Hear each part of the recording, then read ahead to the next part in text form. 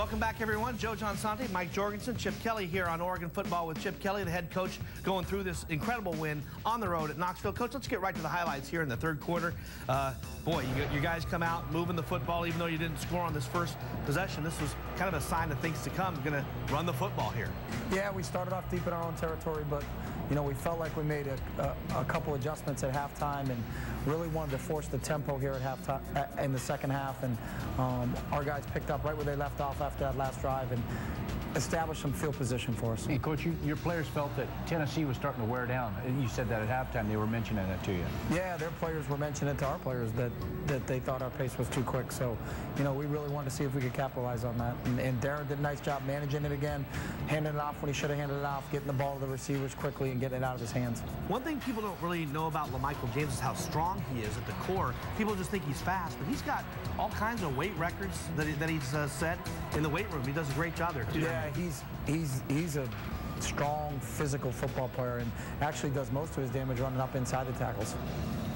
Yeah, there's no doubt about that. And again, this was part of the wear down process that you talked about, Coach. And even though you don't get points out of it, well, I tell you what, Rice comes in and just pins them deep. Twice inside the 20, twice inside the 10, and here's one of those 9-irons that backs up just perfectly. Yeah, it was a great, we had a guy down there. That's our red zone punting team, and I thought the field position that Jackson gave us all day long was outstanding. Sims gets outside contained, makes a nice throw, 14 yards on that play, but then comes back with a couple of incompletions in a row, so they have to punt again after this one gets knocked down, the defense flying around, so they have to punt again. The Ducks get the ball back, 1st and 10 on the 28-yard line after this incompletion for Tennessee, and that's when LaMichael James changes this game in the EA Sports play of the game. Thomas, and here's 1st down from the Duck 28 on the handoff, and it'll be LaMichael trying to get it outside. No, go left now. He's got a block. If he can get a little corner, he does. 1st down, 40, 45, 50 down the sideline. Cuts it back inside. Now back outside. Still on his feet at the 20.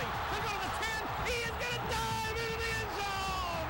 LaMichael James, with a world-class effort, will score the touchdown, and they have quieted down here in Neyland Stadium. The noise you hear on the Duck fans. What a tremendous effort here by LaMichael James, and obviously at the line of scrimmage where Tennessee does a good job defending it, he reverses his field, and then he gets help down the field from Darren Thomas and a lot of others, doesn't he? Yeah, you know, our guys keep battling and playing to the whistle. You'll see Darren big here, LT 2-and-A big here. Drew Davis, who gets passed on here, will finish in the end zone. Jeff Mail throws a key blocker on the 5. You look at LT, keep fighting. Drew's coming back into the picture in a second here.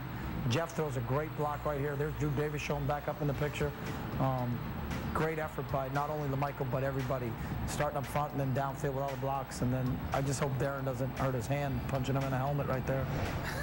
It's an instant classic. It will live forever on Duck Vision before the Ducks run out. One of the great plays in the last 15 years of Oregon football. Take the lead at 20-13. They come back and kind of a really big series for them. This is where veteran teams coach sometimes punch back and get back in it, and they almost did. They did. You know, they came out throwing a little bit more. You know, the screen pass and then the ball over the top right here with the receiver, the big taller receiver going up over the top of Talmadge.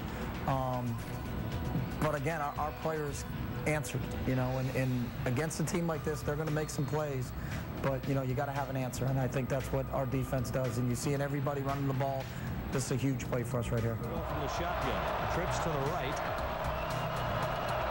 and Oku sets up to his left to block. With a snap back to throw. Pressure comes, the throw is out, and it's picked, and it's going to be a 6 if he's got the speed.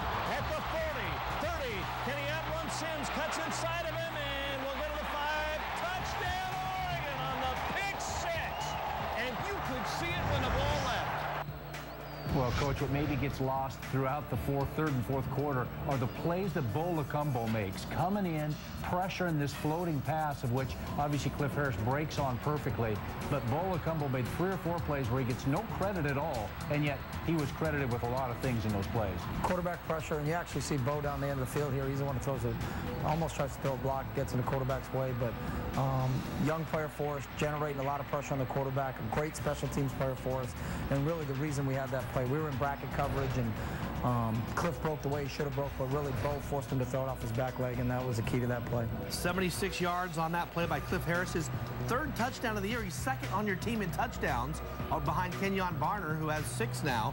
1 to come in this game. They come back, Poole with a 1-yard run, then they're incomplete. It looked a little bit like he'd broken their spirit a little bit here, Coach. Yeah, you could see that they're not playing as hard as they were playing a little bit earlier, and you know, Zach Clark running around, and he had a great game for us. Anthony Gilden just had a big break up there before that, and you know, we're playing inspired football, and I think we're getting you know, really what we want out of our team is to finish, and that's what we're talking about when we get the big game close and going into the second half, is that we got to finish. He moved the ball a little bit, but then here comes Jackson Rice again, and he just does it again. 3 punts that were huge in this game.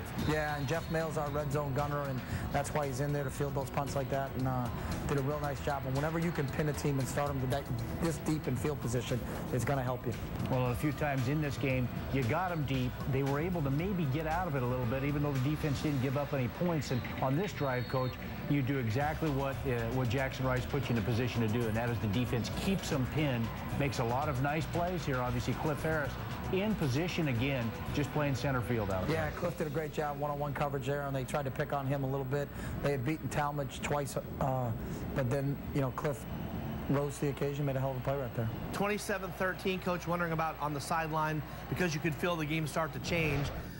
You know, maybe the guys are talking about, hey, let's just do not let them up, because you could tell that they, you know, they lost a little bit of spirit, and Oregon was energized at that point going into the fourth quarter. Yeah, it says a lot about our conditioning and a lot about what these kids have done in the offseason.